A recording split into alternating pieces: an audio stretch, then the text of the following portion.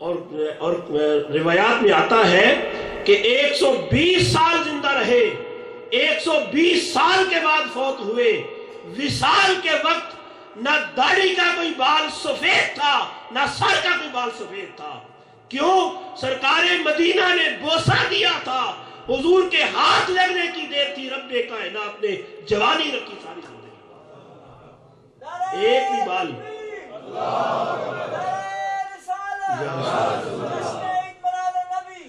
ایک بھی بال وہاں سفید نہیں ہوا تھا۔ یہ حضور کی شان ہے، فضیلت ہے۔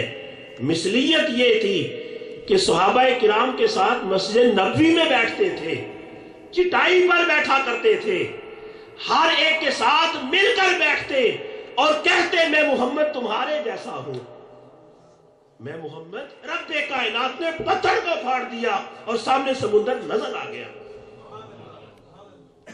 آج بھی وہ راستہ موجود ہے، بس حضور کا ہاتھ اٹھنے کی دیر تھی، ادھر سے ہم ادھر نکل جائیں گے۔ رب نے راستہ بنا دیا۔ جب غار سے نکلے، راستے میں پیاس لگی، بھوک لگی، کھانے کو پاس کچھ نہیں ہے۔ راستے میں جاتے جاتے ام معبد کی قسمت جاگ پڑی۔ ایک بڑی عورت ہے، اس کا راستہ، اس کا گھر جو تھا وہ سمندر کے راستے پر تھا۔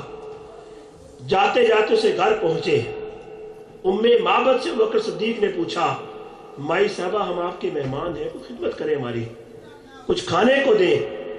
مائی صاحبہ کہتی میرے شوہر جو ہیں وہ ساری دودھ دینے والی بکریاں جنگل لے گئے ہیں چروانے کے لیے۔ اس وقت گھر میں ایک ہی بکری ہے جو نہ چل سکتی ہے، نہ دودھ دیتی ہے، نہ کھڑی ہو سکتی ہے۔ یہ چونکہ لاغر تھی، چلنے سے قاصر تھی، اس لیے گھر رہ گئی ہے۔ فرمایا وہ تمہارا معاملہ نہیں ہے، بس یہ بکری ہمیں دے دو، ہم اس سے دودھ نکال لیں گے، آپ بس بکری دے دے ہمیں۔ اس نے کہا مجھے کیا اعتراض ہے، اگر لاغر بکری سے آپ کچھ لے سکتے ہیں تو لے لیں۔ حضور سیدنا بکر صدیق نے بکری پکڑی، سرکار کی خدمت پیش کر دی۔ حضور اس گھر سے بس یہی ملا ہے۔ فرمایا رب کائنات برکتیں دے گا۔ اللہ کی بارگاہ میں ہاتھ اٹھا دیے اور آپ نے اپنا دست اقدس بکری کی کمر پر پھیرا۔ جو ہی دست مصطفیٰ اس بکری کی کمر پر پہنچتا ہے، رب کائنات نے کمزور بکری کو طاقتور بنا دیا۔ آپ نے بکری کا دودھ دھویا، گھر کے جتنے برتن تھے وہ سارے دودھ سے بھر دیے۔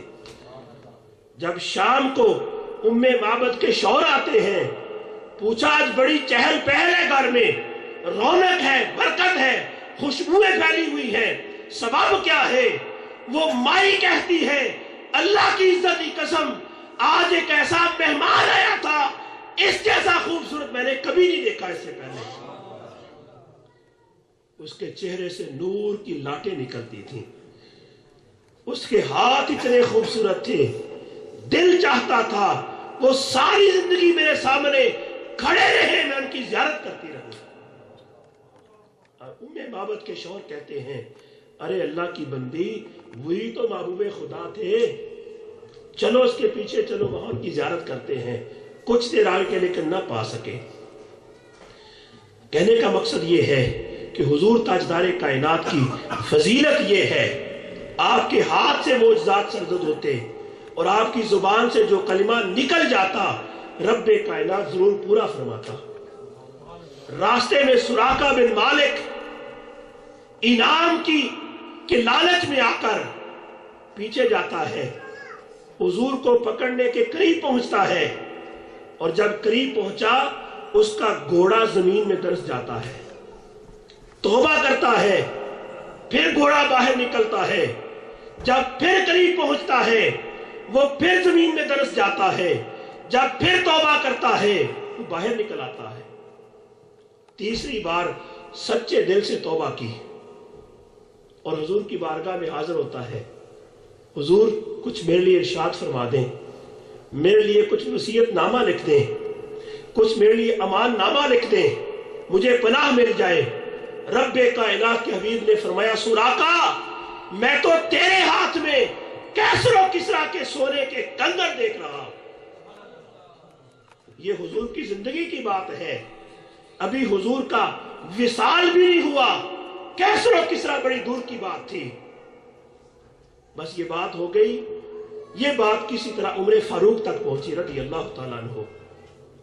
حضور کے وصال کے بعد پہلے خلیفہ کا وصال ہوتا ہے، سیدنا عمر فاروق کی خلافت میں آ کر جب وہاں سے کنگن نکلے پھر سراقہ کو بلا کر پہنا دیے، اور فرمایا میرے آقا نے وہاں خوشخبری سنا دی تھی، سفر ہجرت کے دوران خوشخبری سنا دی تھی، لہٰذا یہاں سونے کے کنگن اسے عطا کیے جائیں گے۔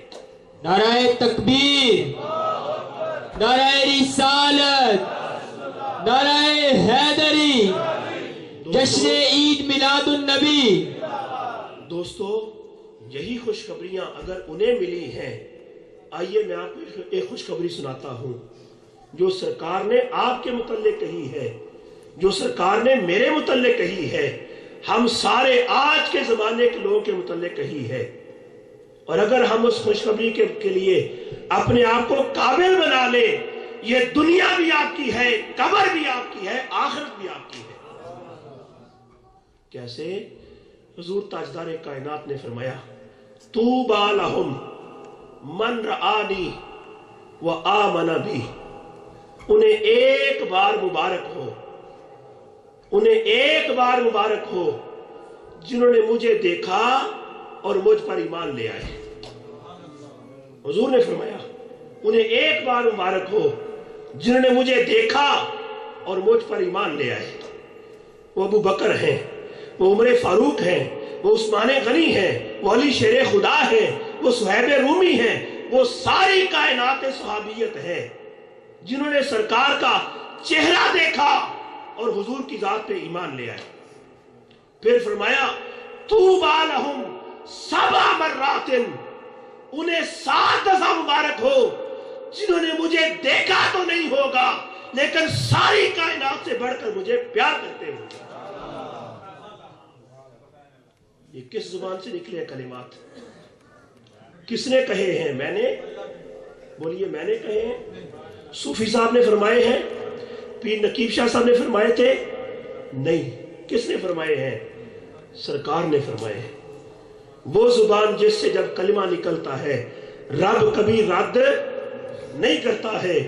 اللہ کے حبیب نے فرمایا کہ 7 دفعہ انہیں مبارک ہو جنہوں نے مجھے دیکھا نہیں ہوگا لیکن ساری کائنات سے بڑھ کر ٹوٹ کر مجھے پیار کریں گے، اور ہر ایک کی یہ خواہش ہوگی مولا میں سب کچھ قربان کرتا ہوں، بیوی بچے اولاد مال سب کچھ، اپنی جان بھی قربان کرتا ہوں، صرف ایک بار سرکار کا چہرہ دیکھنے کو مل جائے۔ وہ ساری رات پر بیٹھ کر میرے حسن کے چرچے کرتے پھر رہے ہوں گے۔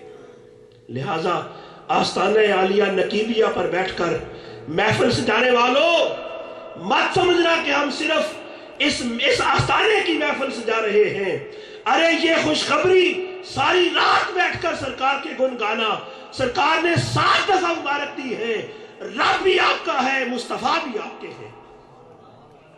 لہٰذا اس محفل میں بیٹھنا اور حضور کے میلاد کی محفل کو منعقد کرنا اور حضور کی ساری رات بیٹھ کر آپ کی تعریفیں کرنا، حضور کے عشق کی بات کرنا، حضور کی محبت کی بات کرنا، حضور کے ذات تعلق کی بات کرنا، یہ اس خوشخبری کی طرف لے جاتا ہے جو رب کائنات کے حبیب نے ہمیں سنائی ہے۔